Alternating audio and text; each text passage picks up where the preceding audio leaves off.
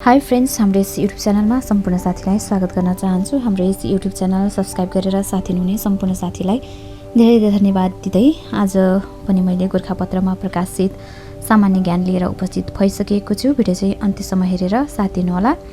पहिलो क्वेसन रहेको छ, संयुक्त राष्ट्र सङ्घको विकास नीतिले नेपाललाई कति अवधिको तयारी समय दिएर विकासशील मुलुकमा स्तरोन्नतिका लागि सिफारिस गरेको छ? 5 वर्ष, सन् 2026 सम्मलाई।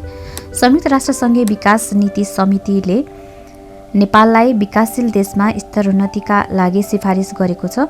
नेपाल अब अति कम विकसित देशबाट विकासशील देशमा स्तरोन्नति हुने भएको छ, तर त्यसका लागि समय भने केही पर सरेको छ। नेपालले 5 वर्षको सहुलियतपूर्ण समय पाएको छ।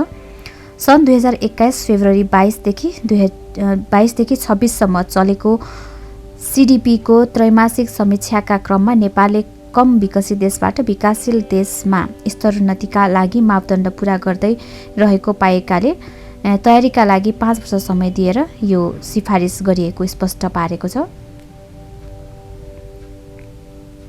मुलुकबाट विकासशील मुलुकमा स्तरोन्नति हुन संयुक्त राष्ट्र सङ्घले आय, आर्थिक जोखिम र मानव सम्पत्तिसँग सम्बन्धित तीनवटा मापदण्ड तोकी सो अनुसारका सूचक पूरा हुनुपर्ने शर्त राखेको भए पनि 2वटा मापदण्ड मात्र पूरा भए स्तरोन्नति हुन सकिने प्रावधान छ। आर्थिक जोखिम तथा मानव सम्पत्ति सूचकमा तोकिएको न्यूनतम अङ्क कायम भएकाले नेपाल सन् 2015मै अल्पविकसित मुलुकबाट विकासशील मुलुकमा स्तरोन्नतिका लागि योग्य थियो, तर नेपालकै अनुरोधमा त्यस्तो स्तरोन्नतिलाई स्थगन गरिएको थियो। स्तरोन्नतिको महत्त्वपूर्ण सूचक प्रति व्यक्ति आम्दानीमा भने नेपाल अहिले पनि न्यूनतम सीमा भेट्न सकेको छैन। स्तरोन्नतिका लागि प्रति व्यक्ति आय $1230 अमेरिकी हुनुपर्नेमा पछिल्लो मानव विकास सूचकाङ्क अनुसार नेपालको प्रति व्यक्ति कुल राष्ट्रिय अमेरिकी डलर मात्रै रहेकाले त्यसलाई वृद्धि गरी न्यूनतम बिन्दुमा पुर्याउनु पर्ने दायित्व तथा चुनौती नेपालका अगाडि रहेको छ। राष्ट्रसङ्घको प्रचलन अनुसार नयाँ स्तरोन्नत मुलुकले थप 3 वर्ष तयारीका लागि समय पाउने प्रावधान छ। नेपालले 2024 सम्ममा स्तरोन्नतिका निर्धारित 3वटै मापदण्ड पूरा गर्नुपर्ने हो, तर कोभिड-19 का कारण उत्पन्न विश्वव्यापी असामान्य अवस्थामा नेपालले गरेको विशेष अनुरोध अनुसार 2 वर्ष बढाई सन् 2026 सम्ममा यस्ता सूचक पूरा गर्न पाउने सुविधा पाएको छ। त्यसैगरी सन् 2030मा नेपाललाई मध्यम आयको देश बनाउने पनि चुनौती रहेको छ। क्वेसन नम्बर 2 रहेको छ, अमेरिकी सरकारद्वारा प्रदान गरिएको अन्तर्राष्ट्रिय साहसी महिला पुरस्कार प्राप्त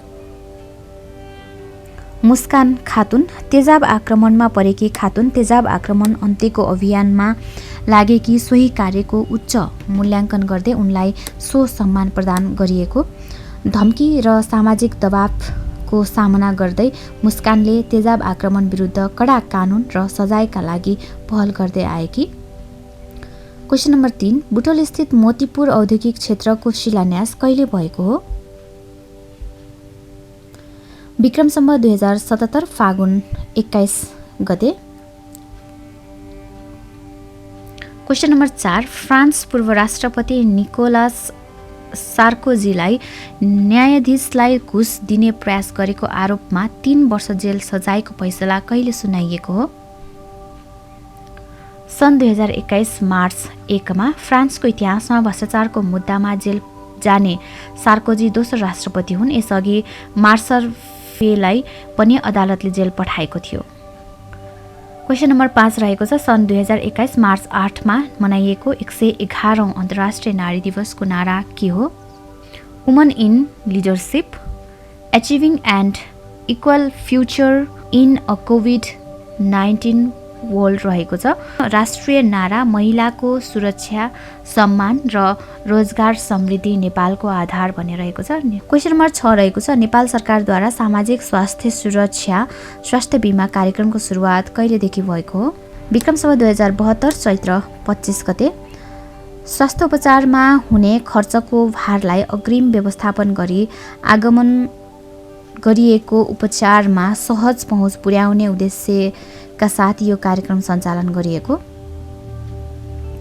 क्वेसन नम्बर 7 रहेको छ नेपालमा पहिलो पटक पूर्वाधार सम्मेलनको आयोजना कहिले गरियो? विक्रम सम्वत 2071 साल कार्तिक 25 देखि 26 काठमाडौँमा भएको थियो। क्वेसन नम्बर 8 रहेको छ नेपालमा किसान सूचीकरण राष्ट्रिय अभियानको सुरुवात कहिलेदेखि भएको हो? विक्रम सम्वत 2077 फागुन 22 गते कृषि तथा पशुपन्छी विकास मन्त्रालयले तयार पारेको किसान सूचीकरण व्यवस्थापन प्रणालीको शुभारम्भ गर्दै अभियान थालनी गरिएको। सूचीकरण अभियान पश्चात सरकारबाट उपलब्ध हुने सेवा सुविधा वास्तविक किसानले पाउने विश्वास गरिएको छ। युरोपियन युनियनको आयोगमा किसान सूचीकरण व्यवस्थापन प्रणाली कार्यक्रम सञ्चालन भएको। क्वेसन नम्बर 9 रहेको छ राष्ट्रिय अरनिको सम्मान 2077 कसलाई प्रदान गरियो? कलाकार शङ्करनाथ रिमाल र सन्तकुमार साक्य। पुरस्कार राशि रहेको छ 1 लाख। नेपाल ललित कला प्रज्ञा प्रतिष्ठानले विभिन्न 7 विधामा राष्ट्रिय ललित कला पुरस्कार प्रदान गरेको। पुरस्कृत हुनेमा मिलन शेरचन, सुरेश लवट, भूषण दुवाल, गणेश जो, त्यसै गरी कृष्णराम घेमेसु, लक्ष्मण मण्डल, प्रमिला लामा अन्य सृजनात्मक कलामा रहेका छन्। पुरस्कारको राशि जनही 60,000 रुपैयाँ रहेको। त्यसै कलाकार केशव खनाललाई ललित कला राष्ट्रिय पत्रकारिता पुरस्कार 2077 एवं लय मैनालीलाई ललित कला राष्ट्रिय लेखन पुरस्कार 2077 प्रदान गरिएको। युरो 3 केसँग सम्बन्धित छ?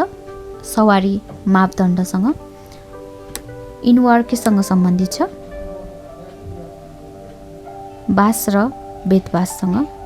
बास र वेदवास। इनवार चाहिँ बास र वेदवाससँग सम्बन्धित रहेको छ। क्वेसन नम्बर 12 रहेको छ एम्नेस्टी इन्टरनेसनलको स्थापना कहिले भएको हो? सन् 1961 मा। वैचारिक आस्था एवं राजनीतिक तथा धार्मिक मतभेदका कारण बन्दीको सहयोग गर्ने उद्देश्य साथ यो संस्थाको स्थापना भएको। विविध पक्ष राजनीतिक, धार्मिक, सांस्कृतिकका आस्थाका बन्दीको अभिलेख तयार गरी तिनीहरूको मुक्तिका लागि मुलुक समक्ष अनुरोध साथ सिफारिस गर्ने कार्य यसले गर्दछ। अन्तर्राष्ट्रिय क्षमादान सङ्गठन भनेर पनि चिनिने यस संस्थाको स्थापना बेलायतका कानुनीविद पिटर भेनेन्सनको सक्रियतामा भएको। यसको प्रधान कार्यालय बेलायतको लन्डनमा रहेको छ।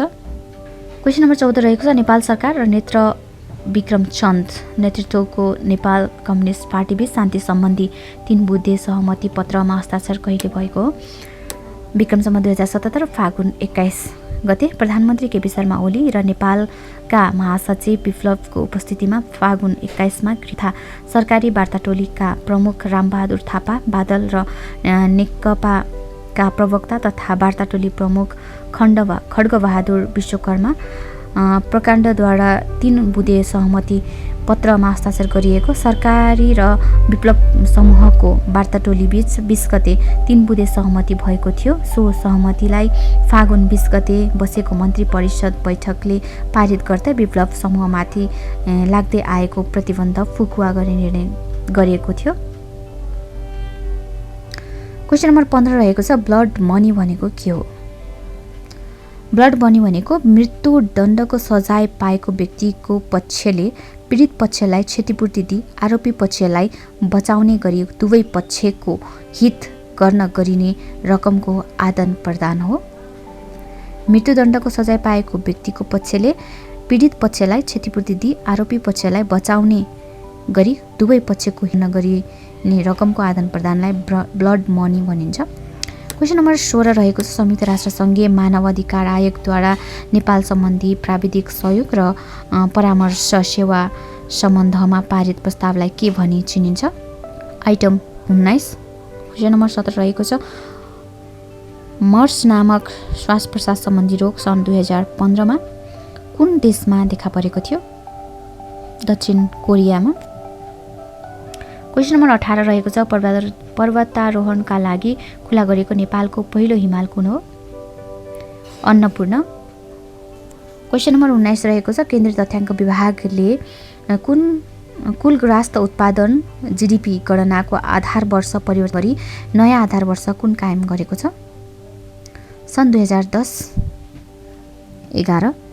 हालको राष्ट्रिय लेखा तथ्याङ्कको आधारमा वर्ष सन् 2000 प्रतिस्थापन गरी नयाँ आधार वर्ष कायम गरिएको। नयाँ आधार वर्षपछि देशको अर्थतन्त्रको आकार बढेको छ। विभागका अनुसार सन् 2000 र 2001लाई आधार वर्षभन्दा अर्थतन्त्रको आकार 37 खर्ब 67 अर्बको थियो। नयाँ आधार वर्ष सन् 2010 र 11लाई आधार मान्दा अर्थतन्त्रको आकार बढेर 39 खर्ब 43 अर्ब 70 करोड रुपियाँ पुगेको छ।